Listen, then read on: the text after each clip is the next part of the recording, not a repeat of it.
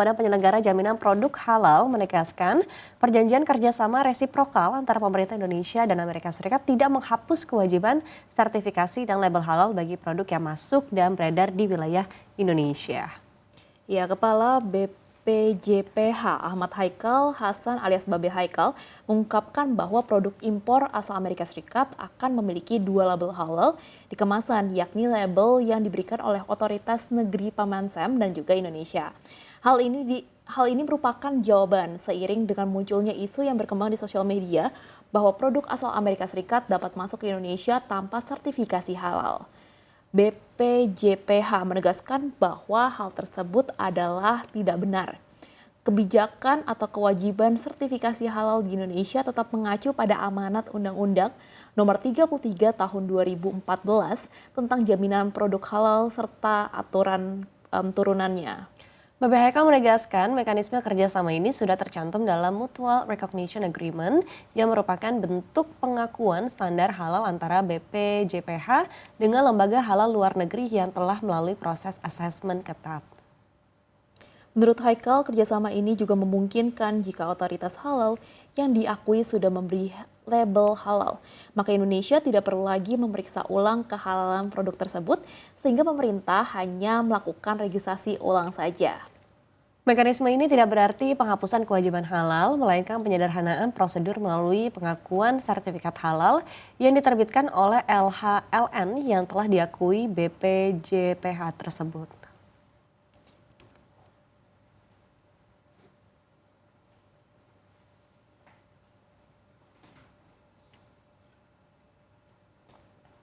Ya, berarti Iva untuk barang-barang impor ini sudah tidak ada perlu sertifikasi ulang dari Indonesia soal kehalalan produk ya. Bener. Lantas bagaimana pendapat kamu, Iva? Benar, setuju banget lah pasti ya Chris ya. Karena kan artinya Indonesia dengan mayoritas masyarakat yang beragama muslim ya. Jadi kan tidak perlu khawatir ketika membeli barang impor utamanya juga dari Amerika Serikat begitu ya. Jadi nggak perlu worry lagi apakah ini halal atau tidak begitu.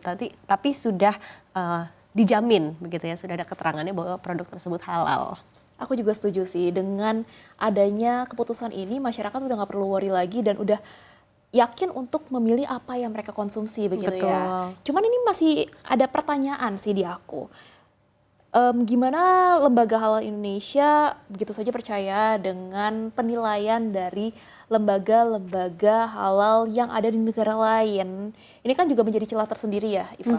Betul, tapi balik lagi tadi kan pasti sudah ada asesmennya ya masing-masing ya dan pasti asesmen ini juga sudah sesuai dengan ketentuan begitu baik lembaga halal di luar negeri maupun juga di dalam negeri. Jadi balik lagi tapi memang jangan sampai ini disalahgunakan ya nanti masyarakat Indonesia yang jadi korbannya dan ada rasa tidak percaya kalau misalnya sampai disalahgunakan oleh oknum-oknum tertentu. Tapi basically kalau misalnya memang sesuai dengan prosedur dan sesuai dengan asesmen yang ada harusnya kan tidak ada masalah begitu ya, Chris. Memang, apalagi ini semangatnya memang untuk meningkatkan, memberikan keamanan bagi masyarakat dan juga Betul. untuk meningkatkan daya saing dari produk itu sendiri begitu ya? Betul, dan kita beralih ke informasi lainnya ya, Krisania. Nextnya ada informasi dari Chief Operating Officer atau COO Danantara, Doni Oskariah yang menyebutkan PT Kereta Api Indonesia atau KAI akan melakukan elektrifikasi atau perpanjangan jalur KRL ke 5 kota pada tahun ini termasuk sampai dengan Cikampek dan Sukabumi. Di mana perpanjangan jalur KRL ini sebagai bagian dari upaya mendorong pengembangan kota baru dan juga penguatan industri perkeretaapian nasional.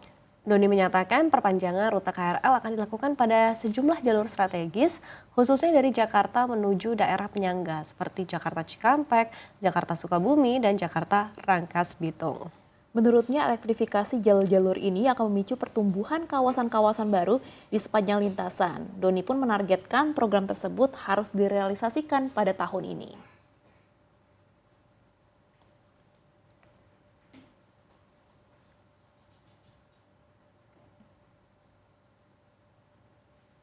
Wah, ini sih anak angker ya, anak kereta seneng banget nih pasti ya Kris ya.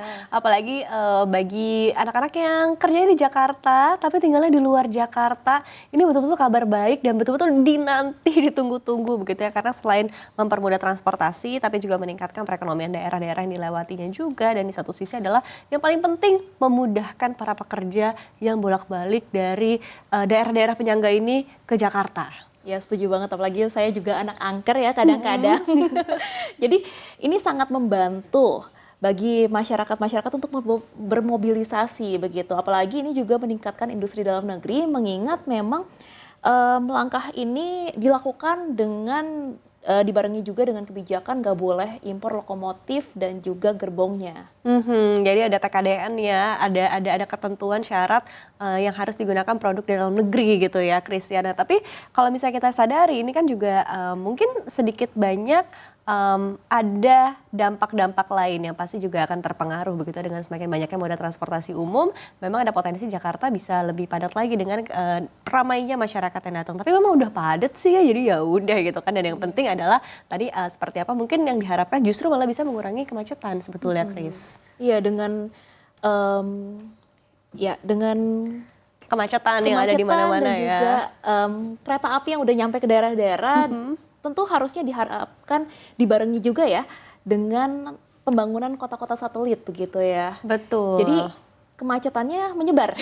Betul, betul. Jadi emang daerah penyangga ini juga harus ada fasilitas-fasilitas yang mendukung ya. Jadi kalau misalnya ada kebutuhan sekolah, kebutuhan rumah sakit, kebutuhan hal-hal yang bisa dipenuhi di kota-kota pendukung ini, kota-kota satelit ini. Jadi kan harusnya kebutuhan masyarakat tidak harus sepenuhnya lari ke Jakarta semua gitu kan. Tapi bisa dibedakan, bisa didiversifikasi, bisa diperluas ke daerah-daerah lainnya sehingga akhirnya pertumbuhan ekonomi di daerah juga bisa semakin maju tentunya. Ya, itu setuju dia. sekali. Semoga bisa mengatasi kemacetan Jakarta ya. Betul, betul. Dan kita beralih ke informasi lainnya, Kris, di masa Ramadan dan jelang Lebaran, kita perlu meningkatkan kewaspadaan terkait dengan ancaman modus penipuan yang mengincar dana kita di perbankan, ya. PT Bank Negara Indonesia Persero Tbk atau BNI mengingatkan masyarakat untuk meningkatkan kewaspadaan terhadap berbagai modus kejahatan cyber, khususnya phishing, seiring dengan melonjaknya aktivitas transaksi selama Ramadan dan menjelang Lebaran. Ya, pasalnya momentum pencairan tunjangan hari raya atau THR dinilai kerap dimanfaatkan pelaku kejahatan digital untuk menargetkan tabungan masyarakat. Corporate Secretary BNI Oki Rushartomo menuturkan peningkatan transaksi keuangan pada periode Ramadan membuat risiko serangan cyber ikut meningkat. Karena itu Oki mengingatkan agar nasabah perlu meningkatkan kewaspadaan terhadap berbagai modus penipuan digital yang semakin canggih.